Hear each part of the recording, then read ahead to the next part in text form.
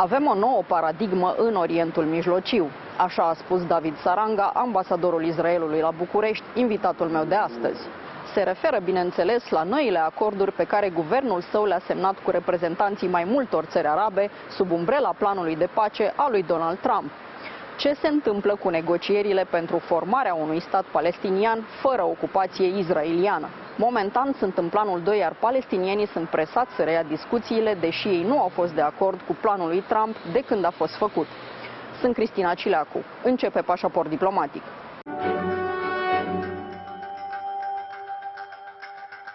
Domnul ambasador David Saranga, ambasadorul Israelului în București, bine ați revenit la Pașaport Diplomatic și mulțumim că ne-ați primit în reședința dumneavoastră. Bine ați venit, este o plăcere.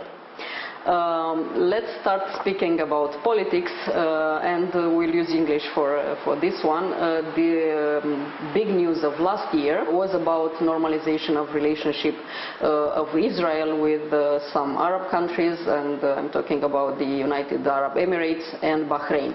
This type of normalization in the diplomatic world, at least, is not happening overnight. So the Trump administration couldn't be the only one working for this relations to go in a different direction. How was it? It's a new paradigm. It's a new paradigm in the Middle East in which countries, Arab countries, decided that for their own good and for their own future, it's better to have relations with Israel. United Arab Emirates, Bahrain, Sudan, all these countries understood that the only way for prosperity is by cooperation with Israel. And we all know how important the economy is, and we all know how important economic cooperation is. And today Israel, when Israel is a superpower, when it comes to the high-tech, when it comes to innovation, when it comes to R&D, therefore it was their own interest. At the same time, the fact that the Arab countries in the Middle East decided to have peace accords with Israel, it doesn't mean that we are neglecting other issues in the region. First, we have to remember that it's also their interest to be aligned with Israel when we are talking about Iran.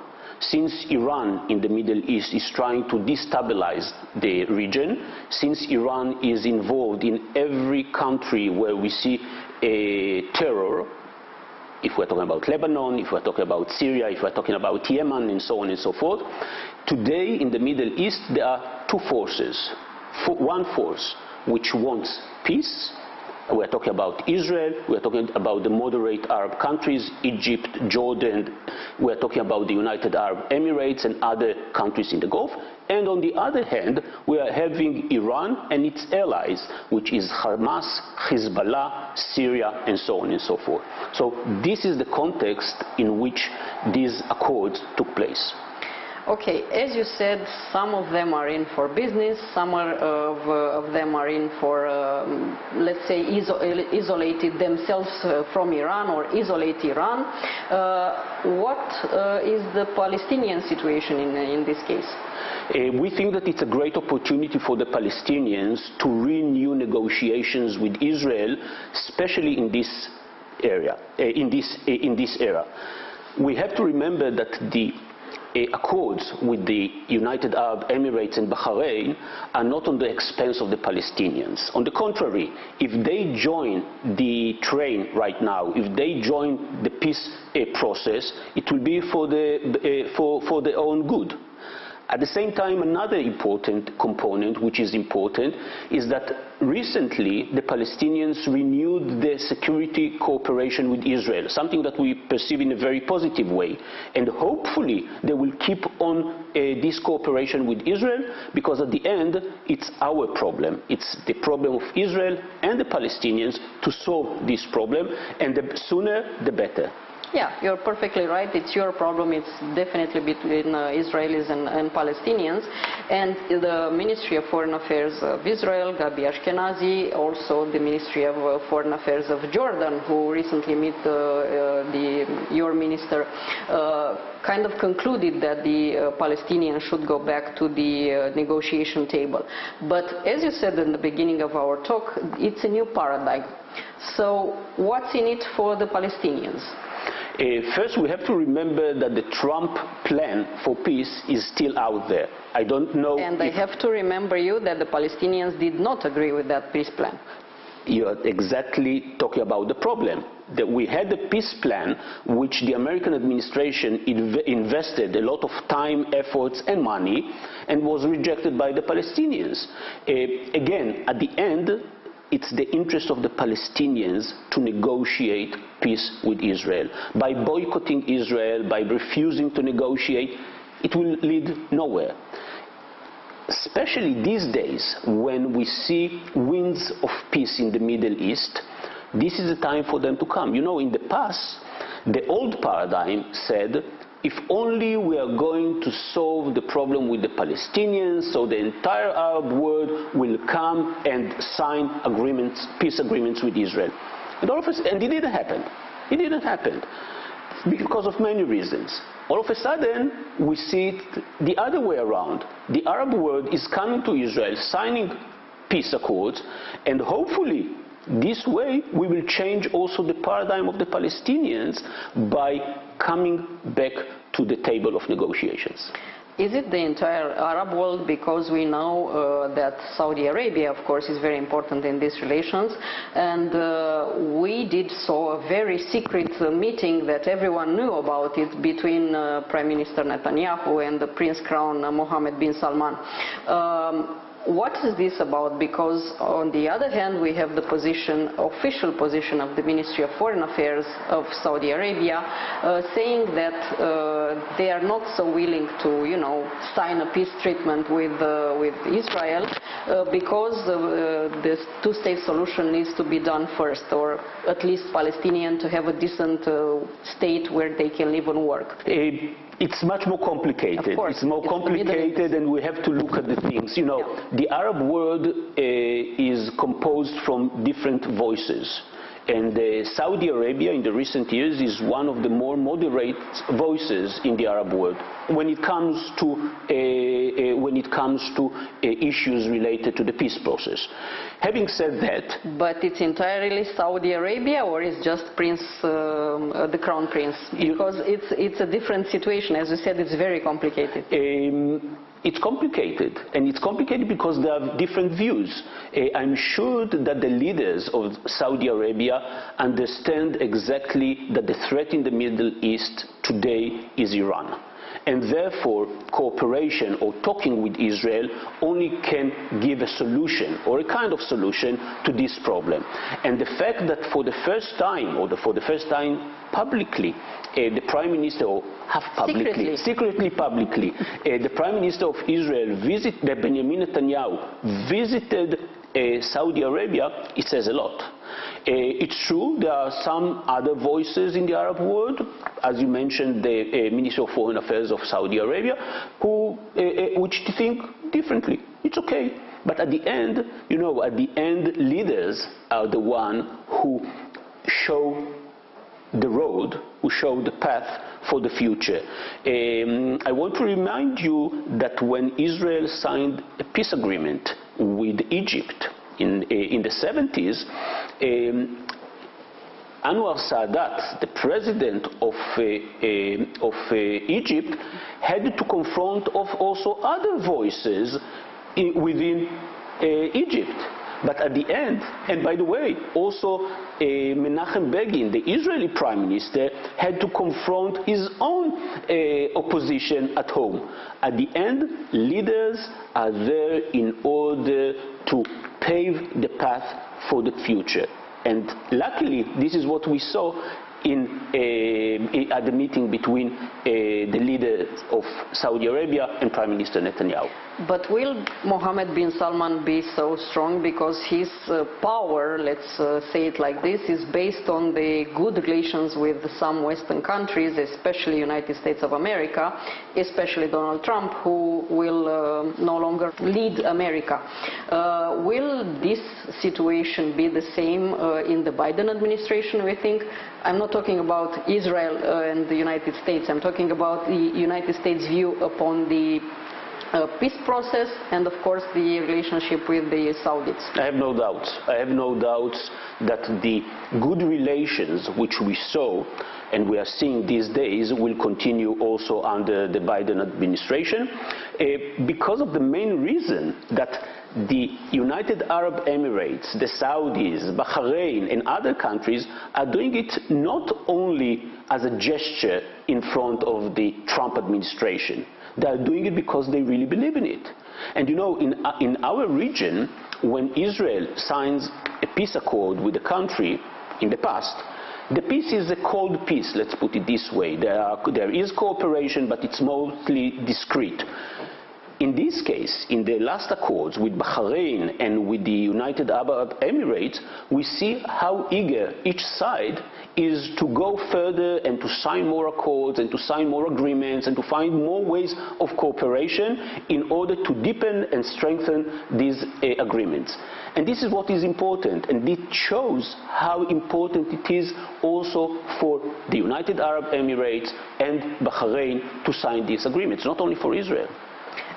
You're talking only about leadership level, or also you're referring to the people's level? I'm referring also to the people level. Let's take, for example, the business community. Almost every week there are few delegations from both countries visiting the other countries. Both countries meaning? Israel and the United Arab Emirates, Israel and Bahrain, ministers from Bahrain visiting Israel, and so on and so forth. It's a different type of an agreement than the agreements we are used to in the Middle East, and I hope that it's only the beginning. Not only that I hope, as Prime Minister Netanyahu said, soon we will see more countries in the Middle East, in the Gulf area, coming in this direction. It's a new paradigm. It's a new Middle East. And what if the Biden administration decides to change this paradigm and to, I don't know, to start and dismantle the peace agreement that the Trump administration created? I don't think it will happen because, you know, with the American administration, when a new administration comes, in most cases, the legacy, especially when it comes to the Middle East, the legacy remains, which means if the American administration decided something for the Middle East or regarding the peace agreement or the peace process between Israel and the Palestinians, the new administration don't change it so fast. First. Second, I think that the new American administration in general, and especially President-elect Biden, they know the Middle East very well, very, very well. I had the pleasure to attend 2 meetings of our president with back then Vice President Biden, and knowing how strong his feelings are towards Israel, and knowing how knowing the friendship which President-elect Biden has towards Israel, I don't see a big change in the American policy in the Middle East. Maybe it will help the Palestinians, you know, to come back to the table of negotiations, hopefully. But when it comes to the United States, I still believe that the bipartisan support that Israel gets in the United States is the key element for Israel's security and prosperity. And how will the withdrawal of the troops from the Middle East be seen in Israel, if it's going to be put in place after all? First, let's see what will be decided. Yes. Of course, Israel prefers to see an American presence in the Middle East. I think it's good to the free world. I think it's good for the moderate Arab countries. I think it's good also for Europe. But at the end, it's an American decision. Of course. I was talking about a possible scenario. Do you have a backup plan for that as a country? As you know, Israel trusts Israel.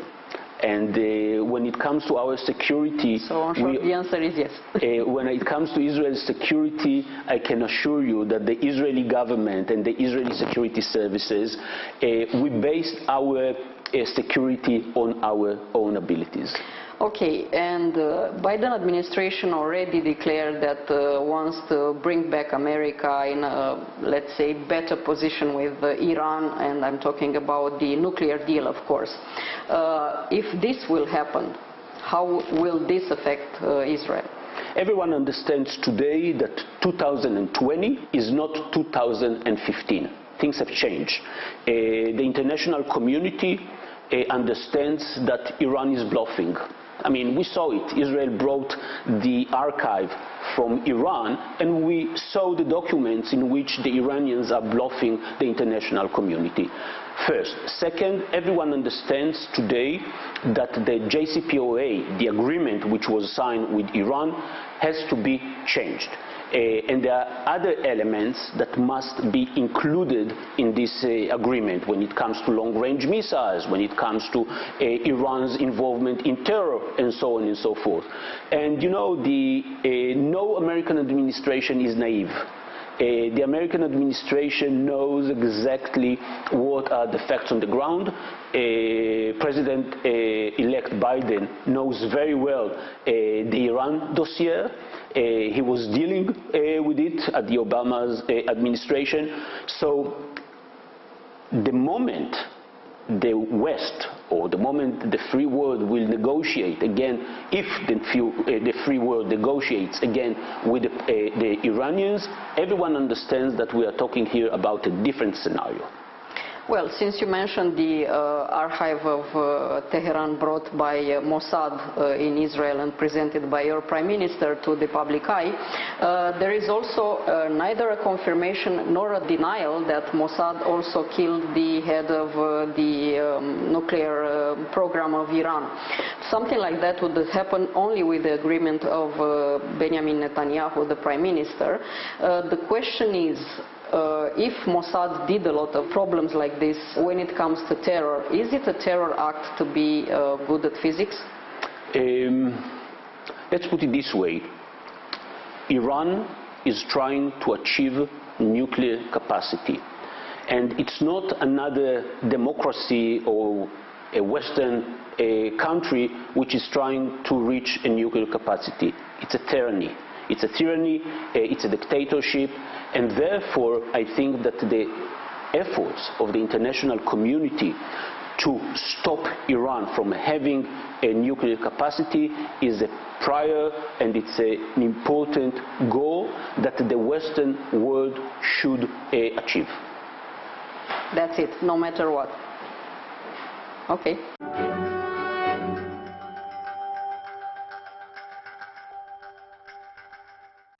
Vorbim în română pentru că facem acest interviu cu ocazia faptului că sunteți deja de 2 ani ambasador în România și s-au întâmplat foarte multe lucruri între România și Israel în mandatul dumneavoastră de ambasador.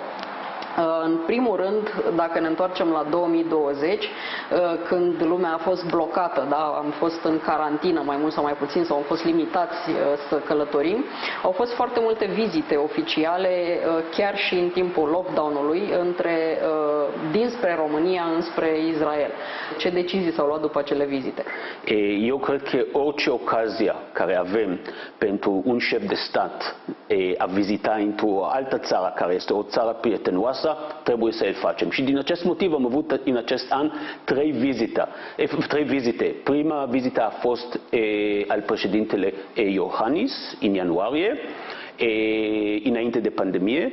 După aia am avut pe ministrul de externe, Bogdan Aurescu, în Israel la începutul septembrie și am avut pe primul ministru Orban în Israel la începutul noiembrie.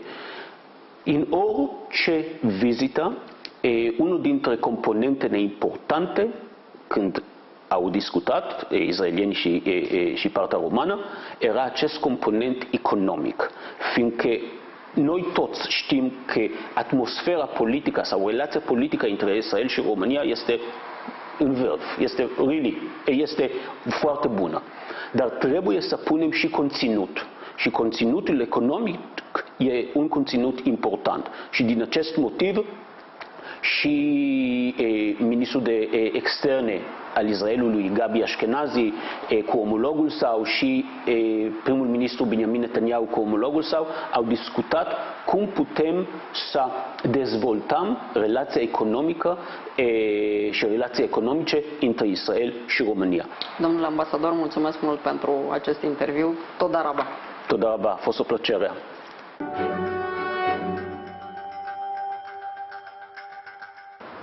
Atât pentru astăzi, dar rămânem în continuare online pe pagina de Facebook a emisiunii și pe contul nostru de Twitter. Revenim cu subiecte noi din lumea diplomației și a politicii externe, vinerea viitoare de la 11:30 și în reluare sâmbătă de la 22:30. La revedere!